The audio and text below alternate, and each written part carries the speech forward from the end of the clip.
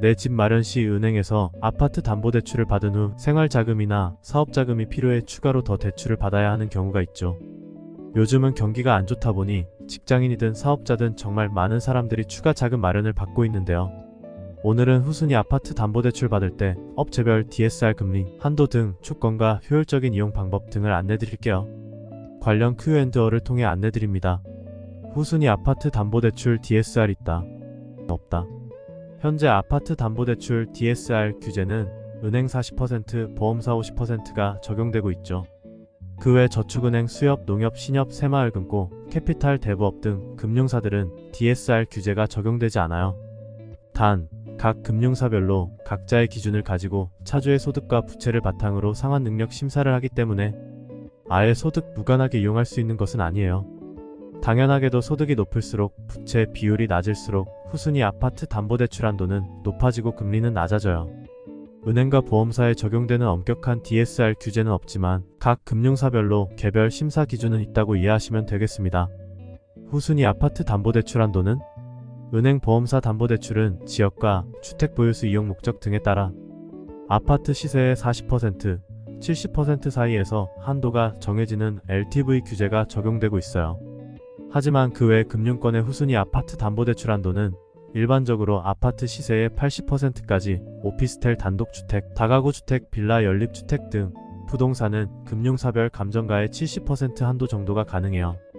지난해 중반까지만 해도 아파트 시세의 90%까지도 가능한 금융사들이 있었는데 요즘은 부동산 경기가 불안정하다 보니 후순위 업체들도 가능한 한도를 크게 낮추고 있다는 점을 알아두셔야 해요. 후순위 아파트 담보대출 금리는 내 LTV와 DSR의 여유가 있어서 은행에서 후순위 담보대출을 받는 경우라면 차주의 조건에 따라 3%, 4%대로 받을 수 있겠지만 보통 후순위라고 하면 2금융권, 3금융권 이용을 뜻하죠. 이 경우 후순위 아파트 담보대출 금리는 5%대부터 최대 20%까지 적용되고 동일한 조건의 차주라도 금융사별로 금리 차이가 매우 클 수 있기 때문에 은행 금리 비교 시보다 더 꼼꼼하게 비교해야 해요. 연체자도 가능할까?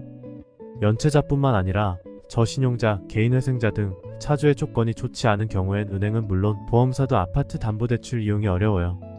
때문에 그 외 금융사들 중에서 후순위 아파트 담보대출이 가능한 곳을 찾아야 해요. 요즘은 이상금융권도 문턱이 높아져서 취약차주가 이용할 수 있는 곳을 찾기 쉽지 않고 가능하더라도 예전보다 한도는 줄어들고 금리는 높아지고 있다는 점을 주의해야 해요. 세입자 동의 없이 되나요? 은행, 보험사를 제외하면 업체 조건에 따라서는 세입자, 미동의로도 자금을 마련할 수 있어요. 단, 세입자 보증금과 이미 이용 중인 선순위 아파트 담보대출 금액을 제외한 후 이용하게 되기 때문에 한도를 잘 비교해야 한다는 점을 유의하세요. 또한 아파트가 아닌 빌라, 오피스텔 등 주택은 감정가를 기준으로 최대 한도가 정해지는데 보통의 경우 매매가보다 감정가가 낮게 나오기 때문에 생각했던 것보다 한도가 적을 수 있다는 점도 알아둬야 해요. 효율적인 비교 방법은 무엇보다도 은행에서 후순위 아파트 담보대출을 받을 수 있는 상황인지를 정확하게 확인해 봐야 해요. 예전보다 규제 지역도 크게 줄었고 매년 한두 번씩 큰 규제 완화가 있었기 때문에 현재 정확한 은행 이용 가능 여부를 체크해 보세요. 은행 이용이 불가능한 상황이라면 3금융권보다는 2금융권에서 가능한 곳을 정확히 찾아봐야겠죠. 사람마다 필요한 목적이 다르고 직업, 소득, 부채 현황, 문제점 등이 다 다르기 때문에 일일이 금융사 상담을 받아가며 직접 최선의 조건을 찾는 건 어려운 일이죠. 내 상황에 적합한 금융사별 후순위 아파트 담보대출 DSR 금리 한도, 비교와 해결 방법 등이 궁금하다면 카카오톡 무료 상담으로 안전하게 확인해보세요.